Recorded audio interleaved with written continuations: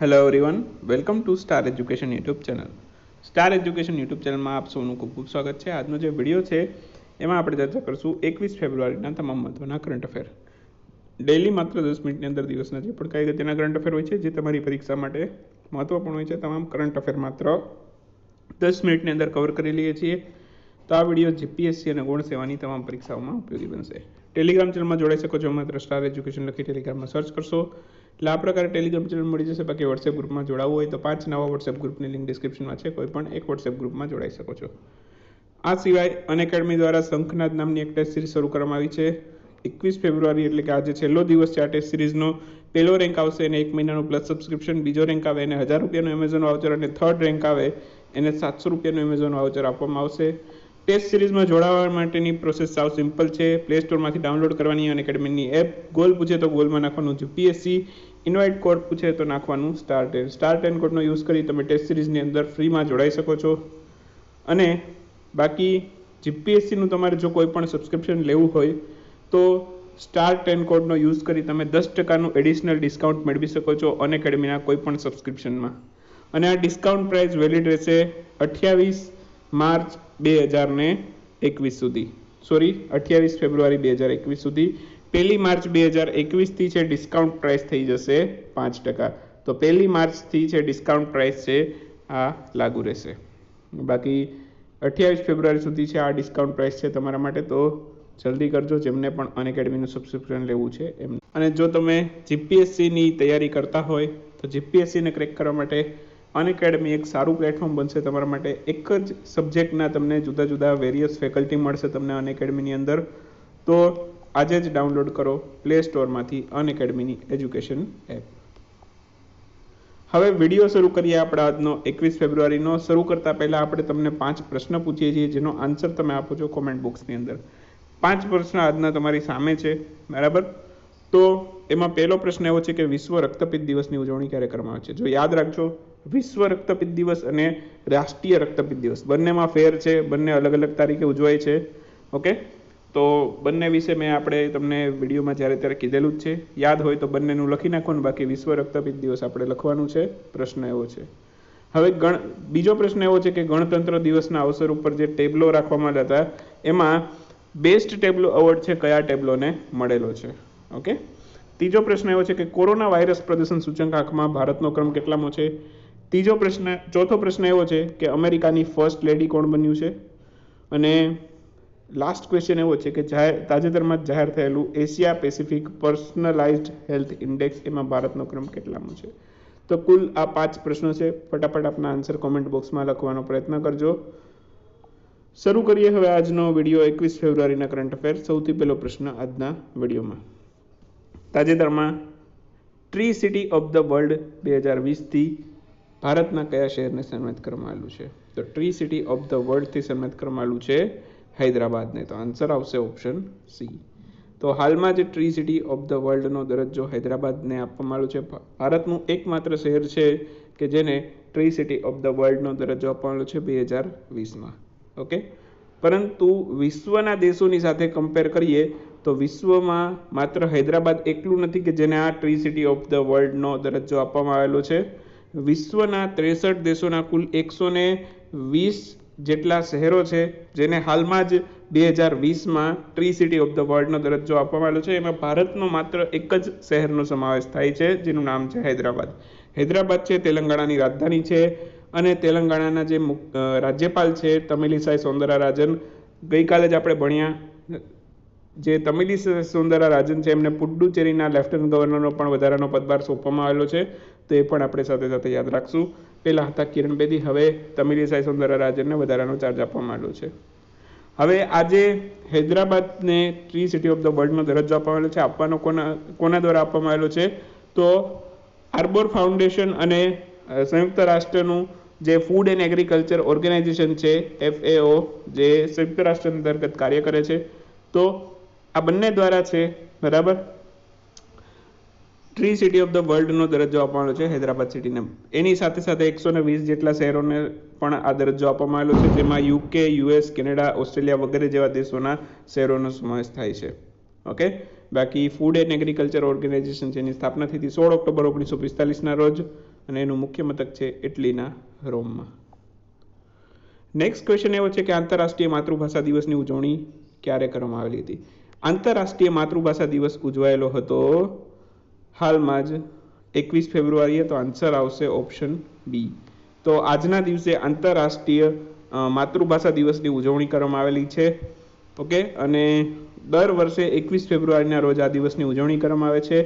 આંતરરાષ્ટ્રીય માતૃભાષા દિવસની સૌપ્રથમ વખત ઉજવણીનો ખ્યાલ છે, બરાબર, બાંગ્લાદેશ દ્વારા રજૂ કરવામાં આવેલો હતો સંયુક્ત રાષ્ટ્રની અંદર. તો એ પણ એક મહત્વનો પ્રશ્ન છે કે આ દિવસની ઉજવણીનો ખ્યાલ કયા દેશે રજૂ કરેલો સૌપ્રથમ વખત? તો આન્સર આવે બાંગ્લાદેશ, બરાબર. અને થીમ પણ આ વખતની ખાસ યાદ રાખજો, આવા દિવસોની થીમ પૂછાતી હોય છે. Fostering multilingualism for inclusion in education and society. તો થીમ પણ ખાસ યાદ રાખજો. અને સૌપ્રથમ વખત આંતરરાષ્ટ્રીય માતૃભાષા દિવસ ક્યારે ઉજવાયો? સૌપ્રથમ વખત ઉજવાયેલો હતો 21 ફેબ્રુઆરી 2000ના રોજ. અને આને અંગ્રેજીમાં કહીએ તો ઇન્ટરનેશનલ મધર લેંગ્વેજ ડે તરીકે પણ ઓળખાય છે અંગ્રેજીમાં. ઓકે, આમાંથી એટલી બાબતો આપણે યાદ રાખશું. નેક્સ્ટ ક્વેશ્ચન એવો છે કે છત્રપતિ શિવાજી મહારાજની જન્મ જયંતિની ઉજવણી ક્યારે થઈ હતી? તો છત્રપતિ શિવાજી મહારાજ એમની જન્મ જયંતિ હતી 19 ફેબ્રુઆરી. તો આન્સર આવશે ઓપ્શન સી. તો 19 ફેબ્રુઆરી 2021ના રોજ છત્રપતિ શિવાજી મહારાજની જન્મ જયંતિની ઉજવણી કરવામાં આવેલી હતી. 19 ફેબ્રુઆરી 1630ના રોજ શિવાજીનો જન્મ થયેલો હતો શિવનેરી કિલ્લાની અંદર. આ વખતે 2021ના રોજ 391મી જન્મ જયંતિ છે એમની. માતાનું નામ હતું એમની માતાનું નામ હતું જીજાબાઈ, પિતાનું નામ હતું શાહાજી. અને મરાઠા રાજ્ય છે, મરાઠા સામ્રાજ્ય, એમના સ્થાપક ગણવામાં આવે છે છત્રપતિ શિવાજી મહારાજને. 1664માં એમણે સુરત લૂંટેલું હતું.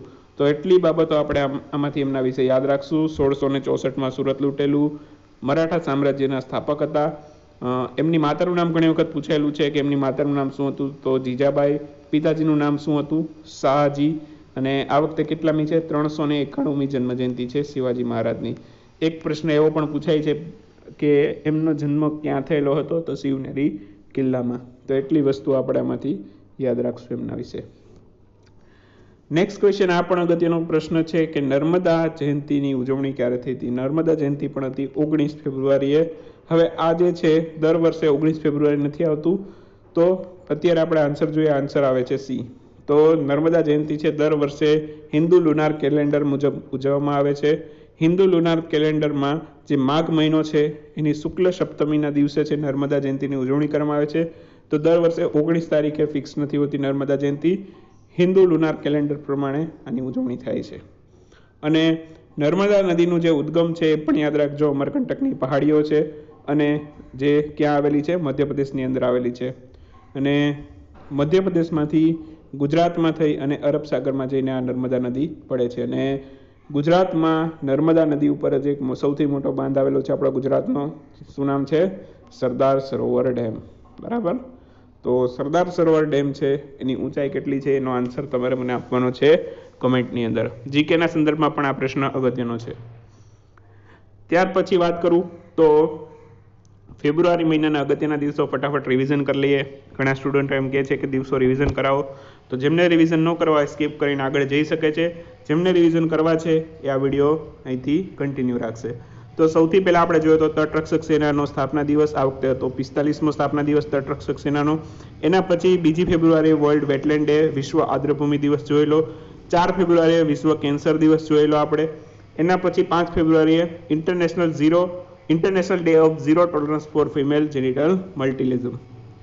6 ફેબ્રુઆરી બીજો પણ અગત્યનો દિવસ હતો. ગુજરાત હાઈકોર્ટની ડાયમંડ જ્યુબિલીની ઉજવણી થઈ હતી. 8 ફેબ્રુઆરી એના પછી ડૉક્ટર ઝાકીર હુસેનની 124મી જન્મ જયંતિ હતી. 8 ફેબ્રુઆરીએ ઇન્ટરનેશનલ ઇલિપ્સી ડે અથવા તો આંતરરાષ્ટ્રીય મિર્ગી દિવસ હતો, જે ફેબ્રુઆરી મહિનાના બીજા સોમવારે ઉજવાય છે. તે પણ યાદ રાખજો.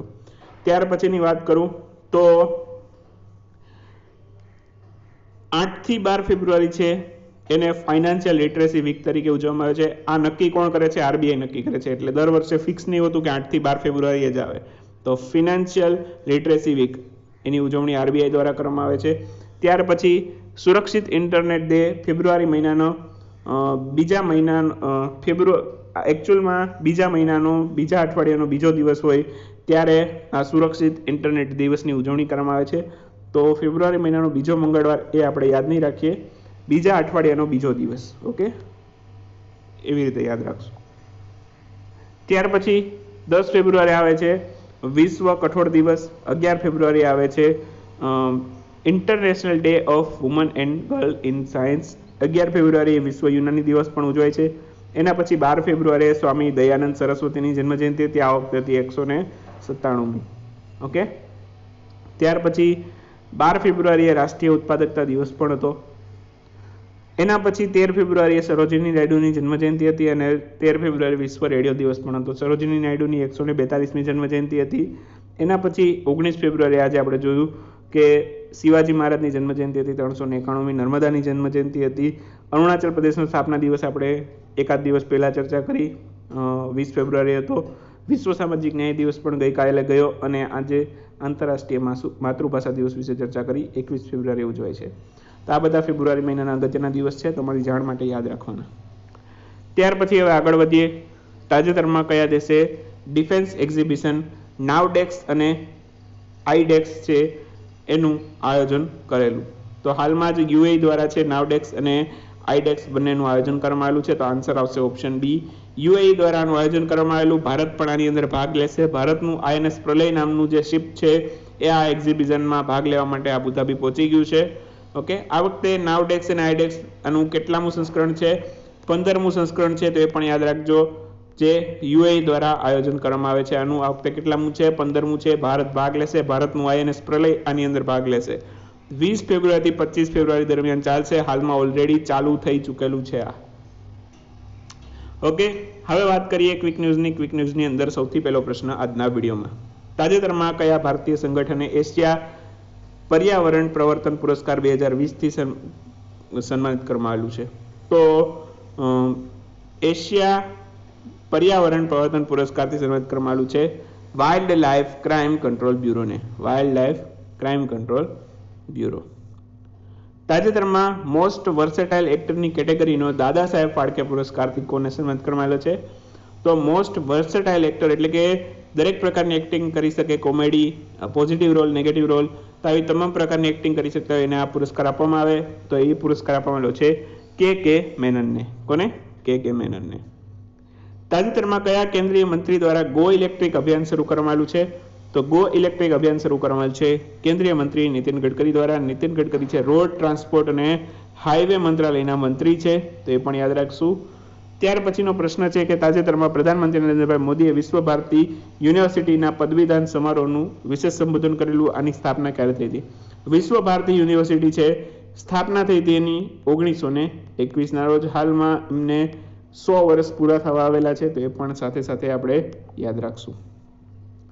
તાજેતરમાં ભારતીય નૌસેના એમને સોંપવામાં આવેલ ત્રીજી સ્કોર્પિયન ક્લાસ સબમરી છે એનું નામ જણાવો.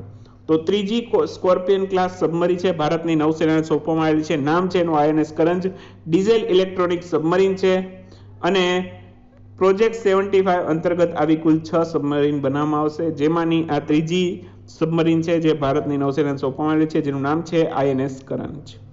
બરાબર, પ્રોજેક્ટ 75 પણ યાદ રાખજો.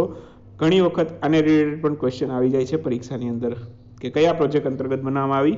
તો પ્રોજેક્ટ 75. તાજેતરમાં ગુજરાતના મુખ્યમંત્રી વિજયભાઈ રૂપાણીએ ગુજરાતના કયા જિલ્લામાં પહેલું CNG પોર્ટ બનાવવા અંગેની જાહેરાત કરી છે? તો ગુજરાતના જે ભાવનગર જિલ્લો છે એમાં ગુજરાતનું પહેલું CNG પોર્ટ બનાવવાની જાહેરાત કરી છે. તો આન્સર આવશે ભાવનગર જિલ્લો. CNG પોર્ટ બનશે ભાવનગરમાં. વિજયભાઈ રૂપાણી દ્વારા આ અંગે જાહેરાત કરવામાં આવેલી હતી. તાજેતરમાં DRDO દ્વારા હેલેના અને ધ્રુવસ્ત નામની મિસાઇલનું સફળ પરીક્ષણ કરવામાં આવેલું. કેવા પ્રકારની મિસાઇલ છે? તો એન્ટી ટેન્ક ગાઇડેડ પ્રકારની મિસાઇલ છે. તો ખાસ યાદ રાખજો, ધ્રુવસ્ત્ર અને બીજી કઈ છે? હેલેના. બંનેનું સફળ પરીક્ષણ કરેલું છે DRDOની સ્થાપના થઈ 1958માં. મુખ્ય મથક છે એનું નવી દિલ્હીમાં. અધ્યક્ષ છે G Satish Reddy. Next question છે કે તાજેતરમાં પૂર્વ કેન્દ્રીય પેટ્રોલિયમ અને ગેસ મંત્રી સતીશ શર્માનું નિધન થયેલું. તેઓ કયા વડાપ્રધાનના સમયમાં કેન્દ્રીય મંત્રી હતા? તો પૂર્વ કેન્દ્રીય અને પેટ્રોલિયમ ગેસ મંત્રી સતીશ શર્મા એ નરસિંહ રાવ સરકારમાં કેન્દ્રીય મંત્રી હતા. આન્સર આવશે નરસિંહ રાવ. એકચ્યુઅલમાં 3 વખત લોકસભાની ચૂંટણી આ જીતેલા છે. તો 3 અલગ અલગ ટર્મ માટે જુદા જુદા વડાપ્રધાનની અંતર્ગત કાર્ય કરેલું છે. પણ અહીંયા મારો પ્રશ્ન એવો છે કે કેન્દ્રીય પેટ્રોલિયમ અને ગેસ મંત્રી, બરાબર, તો એ હતા નરસિંહ રાવની સરકારમાં એપ્રોક્સ 1993 થી 1996 સુધીના સમયગાળામાં હતા, બરાબર. તો એ કન્ફર્મ નથી, યાદ નથી, પરંતુ એટલું યાદ છે કે આ નરસિંહ રાવની સરકારમાં હતા કેન્દ્રીય પેટ્રોલિયમ અને ગેસ મંત્રી. પણ 93 થી 96 ની આસપાસ છે એપ્રોક્સ. તાજેતરમાં હરિયાણા ખાતે આયોજિત 82મી સિનિયર નેશનલ ટેબલ ટેનિસ ચેમ્પિયનશિપનું આયોજન છે, એનું ટાઇટલ કોણે જીતેલું? હરિયાણામાં તો આયોજન થયેલું છે. 82મી senior national table tennis championship હતી. ટાઇટલ એનું જીતેલું છે મનિકા બત્રાએ, બરાબર, મનિકા બત્રા. તો બધા પ્રશ્ન આની અંદર ક્વેશ્ચનમાં જ આવી ગયા, જેમ કે કેટલામી હતી? તો 82મી. અને આયોજન ક્યાં થયું હતું? તો કે હરિયાણામાં, બરાબર. ટાઇટલ જીતેલું છે મનિકા બત્રાએ, ટેબલ ટેનિસ પ્લેયર છે. હવે વાત કરીએ આજના 5 પ્રશ્નોની. એમાં સૌથી પહેલો પ્રશ્ન એવો હતો કે વિશ્વ રક્તપિત્ત દિવસ ક્યારે ઉજવાય છે? તો 31 જાન્યુઆરી વિશ્વ રક્તપિત્ત દિવસ. હવે દર વર્ષે 31 જાન્યુઆરીએ નથી આવતો, દર વર્ષે ક્યારે આવે છે? જાન્યુઆરીનો છેલ્લો રવિવાર, બરાબર, જાન્યુઆરીનો છેલ્લો રવિવાર, અંતિમ સન્ડે હોય ત્યારે. અને રાષ્ટ્રીય રક્તપિત્ત દિવસ કહે તો ફિક્સ છે 30 જાન્યુઆરી. એના પછી ગણતંત્ર દિવસનું જે બેસ્ટ ટેબ્લો એવોર્ડ હતો એ આપવામાં આવ્યો હતો ઉત્તર પ્રદેશને. કોરોના વાયરસ પ્રદર્શન સૂચકાંકમાં ભારતનો ક્રમ હતો 86. અમેરિકાની ફર્સ્ટ લેડી બનેલું છે જીલ બાઇડન. અને એશિયા પેસિફિક પર્સનલાઇઝ હેલ્થ ઇન્ડેક્સમાં ભારતનો ક્રમ છે 10મો. કુલ 11 દેશો હતા, એમાંથી ભારતનો ક્રમ છે 10મો, બરાબર. એટલું યાદ રાખશું. બાકી રજા લેતા પહેલાં એક નાનકડી એનાઉન્સમેન્ટ કરી દઉં તમારા માટે કે જાન્યુઆરીથી જૂન સુધીના કરંટ અફેર ભાગ 1માં આપણે કવર કરેલા છે. 2020ના કરંટ અફેરની વાત કરું છું. અને જુલાઈથી ડિસેમ્બર સુધીના કરંટ અફેર છે ભાગ 2માં કવર કરેલા છે. તો તમારી અનુકૂળતા મુજબ જેની પણ જરૂરિયાત હોય ડિસ્ક્રિપ્શનમાં લિંક છે, ત્યાંથી તમે આ ઈ બુક ઓર્ડર કરી શકો છો. એપ્રોક્સ 500 પાનાની ઈ બુક છે. અને પેમેન્ટ કર્યાના 24 કલાકની અંદર ઈ બુક તમારી ઈમેલ આઈડીમાં આવી જશે. બાકી મેં તમને જેમ પ્રોમિસ આપેલું હતું એમ મંથલી ઈ મેગઝીન પણ આપણે આ વખતેથી લોન્ચ કરીએ છીએ. 20 રૂપિયાની પ્રાઇસ છે. ટૂંક સમયમાં પ્રાઇસ વધી જશે દરેક ઈ મેગેઝિનની, વીકલી અને મંથલીની. તો જેમને પણ લેવી છે જલ્દી લઈ લેજો, બરાબર, પ્રાઇસ વધે એ પહેલાં. તો 20 રૂપિયા પ્રાઇસ છે અત્યારે. અને પે નાવના બટન ઉપર ક્લિક કરી તમે આને ઈ મેગેઝિનને ઓર્ડર કરી શકો છો. એપ્રોક્સિમેટલી જે આ જાન્યુઆરીનો ભાગ છે એમાં 160+ પાના છે. તો તમારી અનુકૂળતા મુજબ તમે ઓર્ડર કરી શકો છો. મળીએ નેક્સ્ટ વિડીયોની અંદર નવા કરંટ અફેર સાથે. ત્યાં સુધી રજા લઈએ. આવજો. Bye bye. Good night. શુભરાત્રી.